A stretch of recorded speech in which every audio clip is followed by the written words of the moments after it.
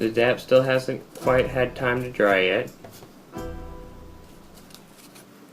but in the meantime you now have two pieces and they're going to go together and on top of it, and I'll show you later. But the next thing we'll move on to is the open cell while the DAP dries. This is called open cell. It's a nice squishy foam, a nice squishy soft foam. This specifically I believe is called charcoal packing foam, I believe. I forget where I got it, but it was some foam website online. If I remember, I'll go ahead and put a link in the description and everything. This is 2.5 inches wide. This is the thickness that allows for it not to be so big that it's ridiculous, but at the same time not too small to where you'll just be hitting all the stiff hard foam behind it and it hurts whenever you get hit with an arrow. And in order to cut them out, the shapes that you want, is you are going to, well, I use a can, a just normal food can that has had the top removed and then the bottom cut off, so that now that I have kind of an edge to saw through things with. But I go ahead and I take this, which this is a just under 3.5. I'm gonna, whenever you saw the bottom off, you sharpen the edges, and it makes it all nice and sharp, and you can saw through this foam relatively easily. And you're gonna place it on here, and you are going to twist in order to saw through, just like so.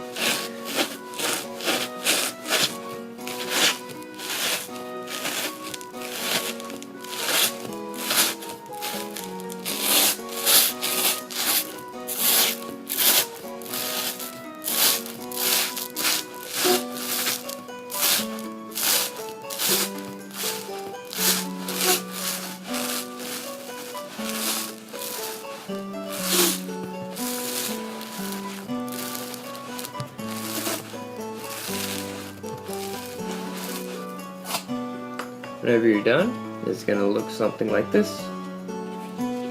You're going to have your nice open cell. Now you've cut out all the foam that you need for your arrow.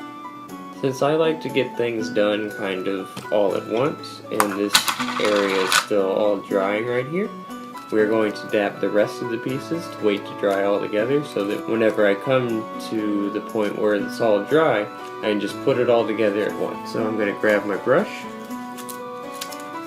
and I'm going to apply DAP to the top. You can take this in stages if you want, but this way is a lot faster. I'm just going to apply DAP over the top, like so.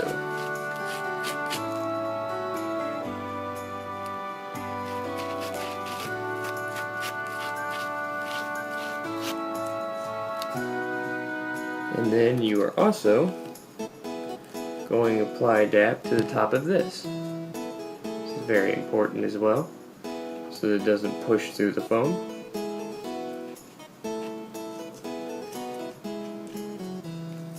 I'll set that aside.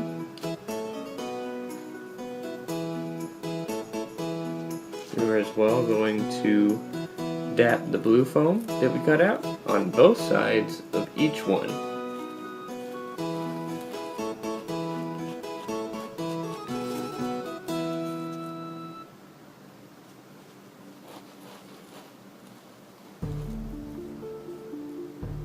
It looks something like that.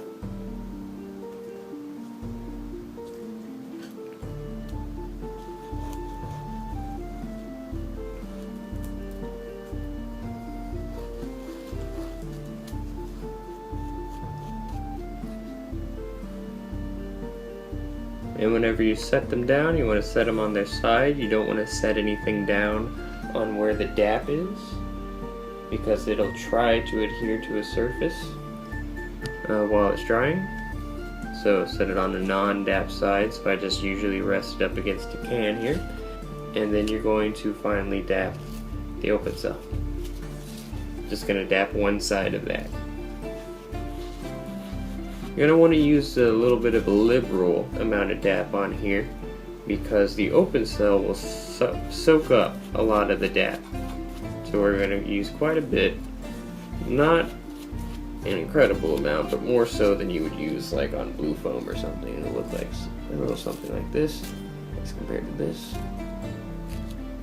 You just set that all aside and just wait for 5 to 10 minutes for it to dry. At least in Houston, Texas, however long it takes for your DAP to get tacky, wait just as long as that. Alright, now that everything's nice and dry and tacky, it's not wet anymore, we'll go ahead and we'll start putting everything together, starting with this and this. What you're going to do is you're going to open it up and just lay it on in there. You're going to want this to be level with the pool noodle itself.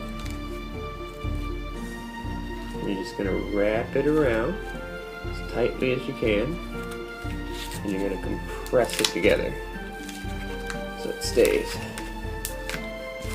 Compress everything down. Make sure that it doesn't go anywhere.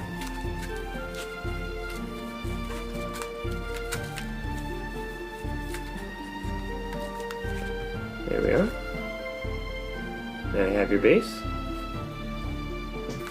Next, we're going to use the blue foam and just place it on the top, like so. Place the next blue foam piece on top, like so. And then you're going to place the open cell on top, and you're going to compress everything down. Like this.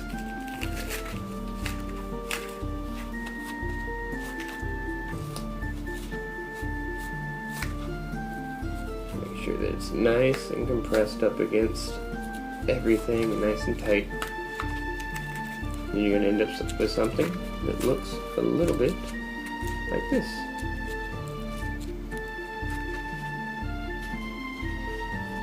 And that is the foam portion of your arrowhead.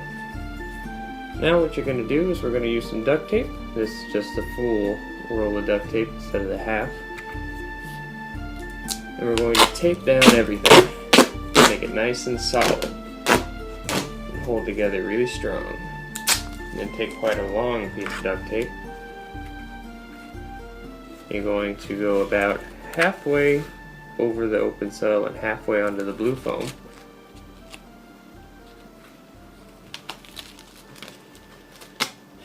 I'm trying to get a good angle for you guys.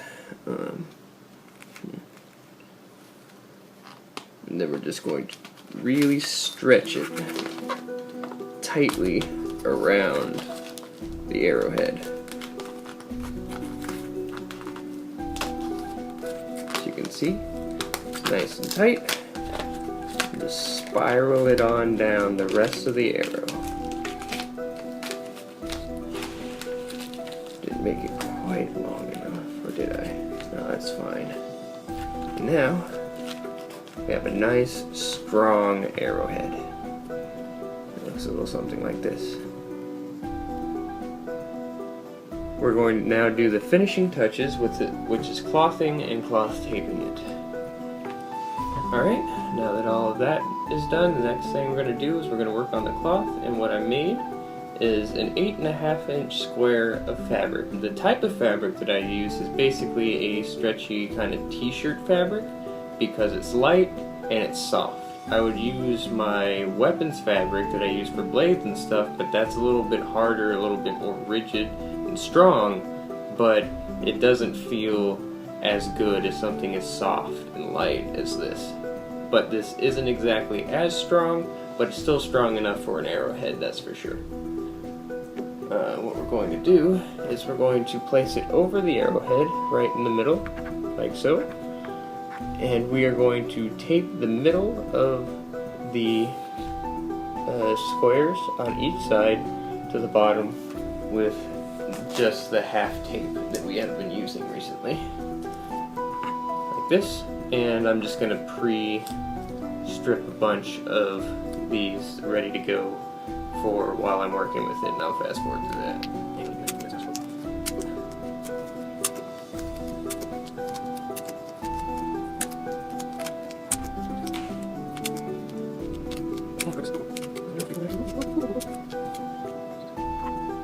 Okay, now that I have some pieces of tape cut out, I'm just making sure that it's exactly in the middle, moving it across the arrowhead. Make sure all the sides are even. Okay. Seems just about even.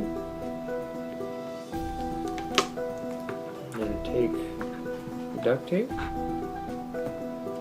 stretch it over, and tape it down like that.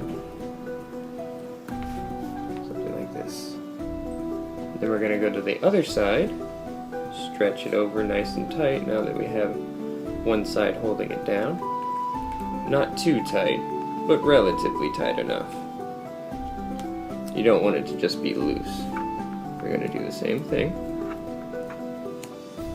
Now that you got all those sides on there, what happens is you have these extra coming out, so what we're going to do is we're going to fold them over, whatever way you like, and we're going to tape them down at that point.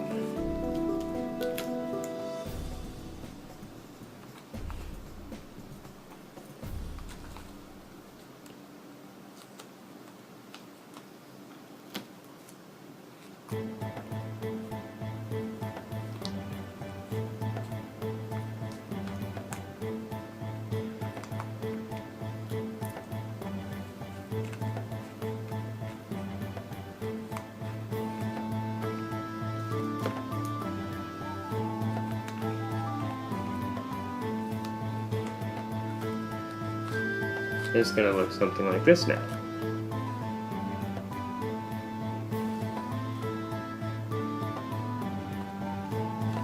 Now we're just going to take our regular duct tape and we're going to tape over all that.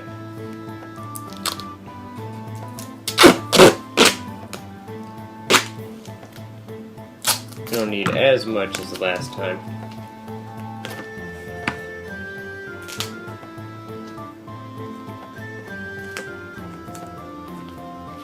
We're just going to start somewhere around here.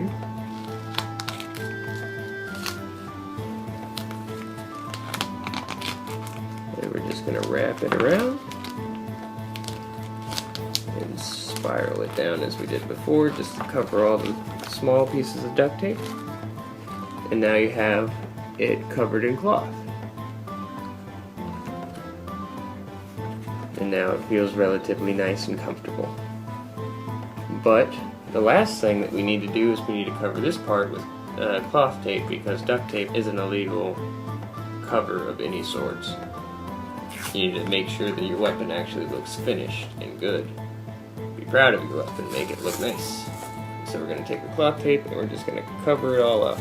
Just going to spiral it down the arrowhead.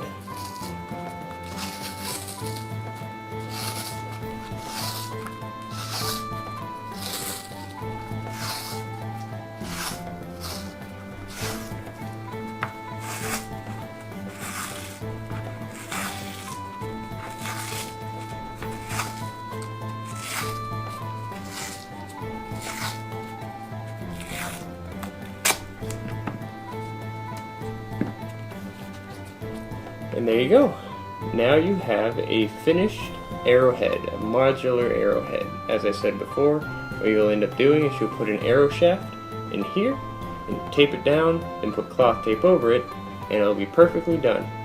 The only thing about it is, though, that if you buy a arrow shaft, be sure to, one, not buy wooden arrow shafts. They are cheaper, yes, but they will break as soon as somebody steps on it, which is bound to happen. Also, a lot of wooden arrows or cheaper arrows come with arrowheads already on them. Actual sharp arrowheads for target practice and whatnot.